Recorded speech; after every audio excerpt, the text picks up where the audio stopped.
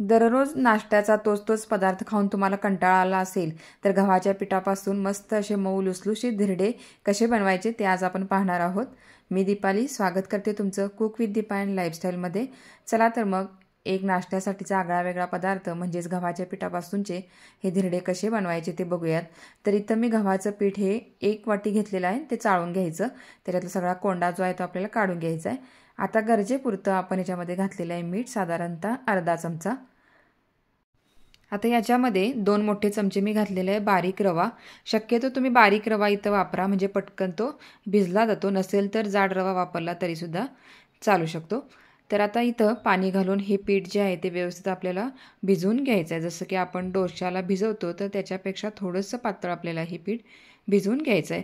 अगदी सुरुवातीला जर जास्त पाणी तुम्ही घातलं तर जास्त पातळ होण्याची शक्यता असते, त्यामुळे थोडं अंदाज घेत ह्याच्यामध्ये पाणी घालायचं आहे आणि ह्याच्यामधल्या गुठळ्या व्यवस्थित अशा मोडून घ्यायच्या। रवीने हलवा किंवा एक बीटरनी थोडंसं असं मिसळून घेतलं की याच्यातल्या गुठळ्या व्यवस्थित अशा मोडल्या जातात।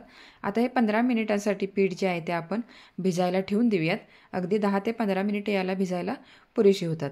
आता गॅसवरती इथं मी पॅन गरम करायला ठेवलेला आहे आणि त्याच्यामध्ये अगदी 2 छोटे चमचे इथं तेल घातलेलं आहे आणि त्यामध्ये अर्धा चमचा जिरा आणि मोहरी घालून घ्यायचं आहे। छान तडतडली जिरं मोहरी की याच्यामध्ये अगदी चिमूटभर आपल्याला घालायचं आहे हिंग। इथं फोडणी जी आहे ती आपली व्यवस्थित अशी चरचरीत बसली पाहिजे।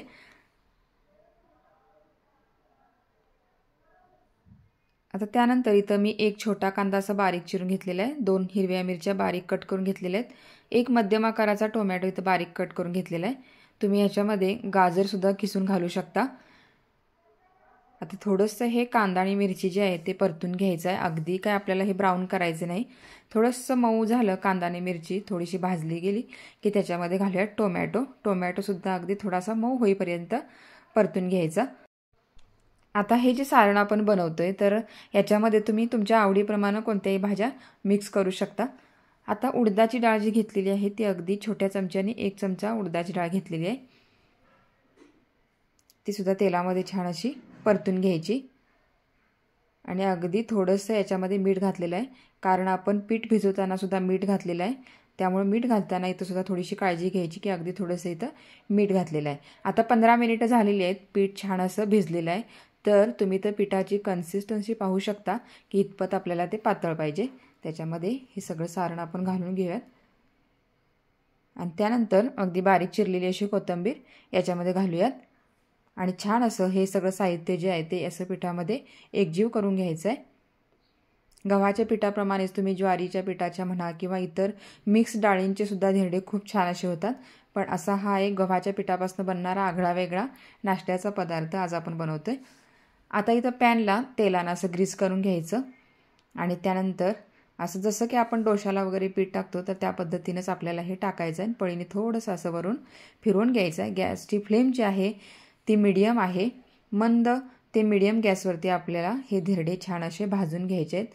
आता वरची बाजू पूर्ण अशी कोरडी होईपर्यंत आपल्याला ह्या धिरड्याला अजिबात हलवायचं नाही। वरून थोडंसं असं झाकण ठेवलं की वरची बाजूसुद्धा म्हणजे भाजायला किंवा शेकवायला छान अशी मदत होते, छान असे धिरडे हे फुलले जातात। तर आता बघा वरची बाजू पूर्ण अशी कोरडी झालेली आहे। आता या धिरड्याला आपण पलटवून घेऊयात। नॉनस्टिकच्या पॅनमध्ये आपण ज्यावेळी धिरडे करतो तर त्यावेळेला अजिबात ते तळाला चिटकत नाहीत, पण लोखंडी तव्यात जर तुम्ही करणार असाल तर पहिला धिरडा ज्यावेळी आपण घालतो तर त्यावेळेला तो चिकटण्याची शक्यता असते। नॉनस्टिकमध्ये तसा काही याला प्रॉब्लेम येत नाही।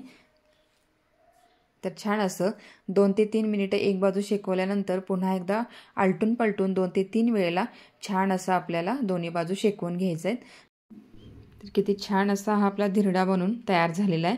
आता दुसऱ्या वेळेला सुद्धा पॅनला आपल्याला तेलाने पूर्ण असं ग्रीस करून घ्यायचं आणि त्याच्यावर आपल्याला हे पीठ सोडून घ्यायचं आहे, जसं की आपण पहिल्या वेळेला सोडलं त्या पद्धतीनंच। तर अशा पद्धतीनं लो टू मीडियम फ्लेमवरती आपल्याला याची एक बाजू व्यवस्थित अशी शेकवून घ्यायची। वरची बाजू पूर्ण अशी कोरडी झाली की थोडंसं वरच्या बाजूनी तेल लावायचं आणि मग बाजू पलटी करून घ्यायची आणि छान असे 2 ते 3 वेळेला आलटी पलटी करत हे भाजून घ्यायचे आहेत। तर अशा पद्धतीनं हे आपले गव्हाच्या पिठाचे मस्त असे लुसलुशीत धिरडे बनून तयार झालेले आहेत। हिरवी चटणी किंवा सॉस असेल किंवा अगदी दह्यासोबत सुद्धा तितकेच ते खायला छान लागतात।